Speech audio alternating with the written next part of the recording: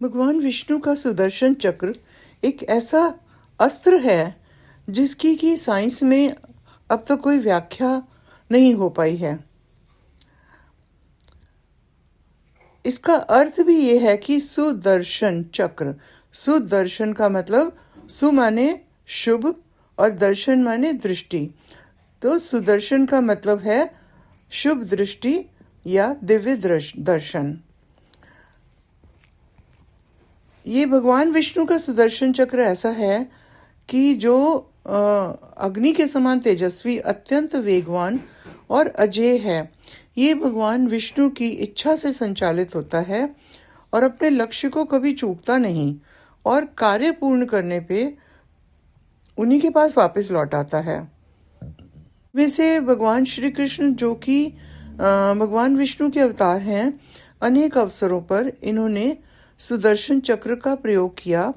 For example, जब युधिष्ठिर जी का राज्याभिषेक, चक्रवर्ती सम्राट के लिए राज्याभिषेक हो रहा था, उस समय भगवान श्री कृष्ण ने इस सुदर्शन चक्र का प्रयोग किया था।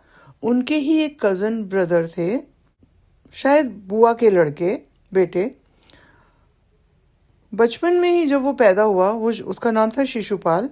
जब वो बचपन में पैदा हुआ तो एक वाणी आई जिसमें कि विजन आया या वाणी आई उसकी माता को कि वो कृष्ण के द्वारा मारा जाएगा।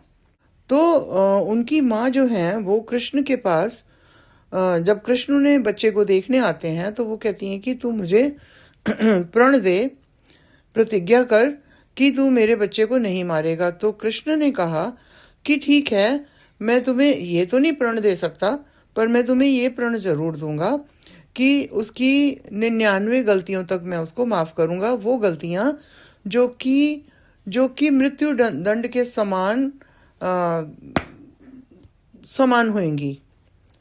तो शिशुपाल जब बड़े हुए, उन्हें ये बात पता लगा, तो उन्होंने कमर पे एक पेटी या बेल्ट बांध दी जिसमें कि 100 मनके थे।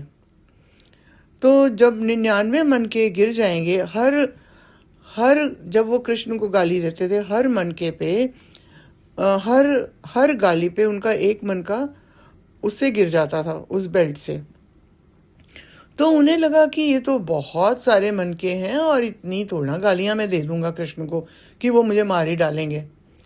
तो वो गालियां देते रहे, वो एब्यूजिव लैंग्वेज यूज करते रहे श्री कृष्ण के लिए, जो कि उस काल में मृत्यु दंड के समान थी।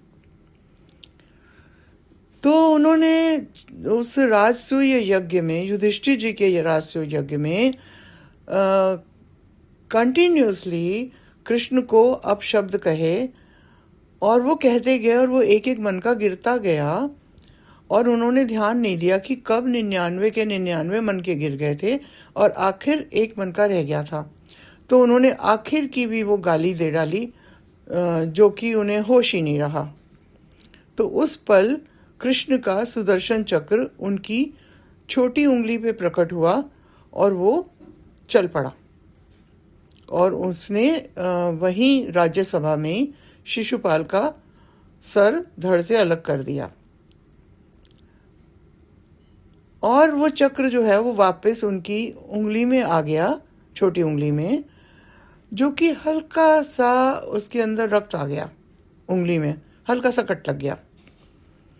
तो वहीं रानी द्रौपदी जो हैं, पटरानी द्रौपदी, जो राजा युधिष्ठिर की पत्नी थी, 5 पांडवों की पत्नी थी, उन्होंने अपनी साड़ी के पल्लू से एक छोटा सा टुकड़ा फाड़ के कृष्ण की उस उंगली में बांध दिया। उस पल कृष्ण ने कहा कि इस टुकड़े में जितने धागे हैं उन सब धागों का कर्ज मैं चुकाऊंगा।